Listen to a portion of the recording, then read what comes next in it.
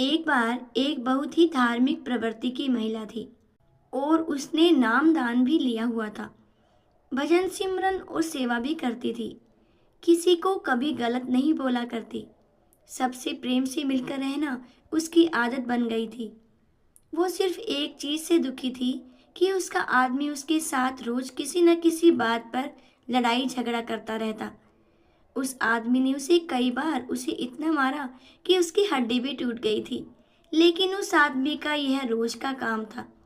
उस महिला ने अपने गुरुजी से विनती की कि हे गुरुदेव, मेरे से कौन सी ऐसी भूल हुई है। मैं सत्संग में भी जाती हूँ, सेवा भी करती हूँ, भजन सिमरन भी आपके कहे अनुसार करती हूँ, लेकिन मेरा पति मुझे रोज मारता है। मैं क्या करूँ?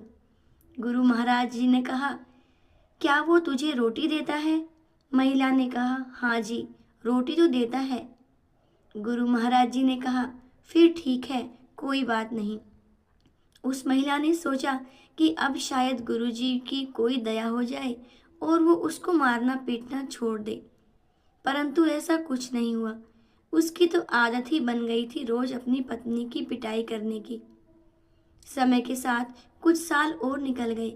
उसने फिर से महाराज जी से कहा कि मेरा पति मुझे रोज मारता है, रोज पीटता है, मेरा क्या कसूर है? गुरु महाराज जी ने फिर कहा, क्या वह तुम्हें रोटी देता है? उस महिला ने कहा, हाँ जी, देता है। महाराज जी ने कहा, फिर ठीक है, तुम अपने घर जाओ। महिला बहुत निराश हुई कि महाराज जी ने कहा है ठीक है। वो घर आ गई, लेकिन उसके आदमी का स्वभाव वैसे का वैसा बना रहा। अब वो महिला बहुत तंग आ गई थी। कुछ एक साल गुजरे, फिर गुरुजी के पास गई और बोली, वो मुझे अभी भी मारता है, मेरी हाथ की हड्डी भी टूट गई है, मेरा कसूर क्या है? मैं सेवा भी करती हूँ, सिमरन भी करती हूँ, फिर भी मुझे जिंदगी में सुख शांति क्यों नहीं मिल रही? गुरुजी ने कहा, वो तुझे रोटी देता है? उसने कहा, हाँ जी, देता है। महाराज जी ने कहा, फिर ठीक है। परंतु इस बार वह महिला जोर जोर से रोने लगी और बोली कि गुरुजी, मुझे मेरा कसूर तो बताओ। मैंने कभी किसी का बुरा नहीं किया, फिर मेरे साथ ऐसा बर्ताव क्यों हो रहा है? महाराज जी कुछ देर शांत हुए, फिर बोले, बेटी, तुम्हारा पति पिछले जन्म में तुम्हारा बेटा था और तुम उसकी सौतेली माँ थी।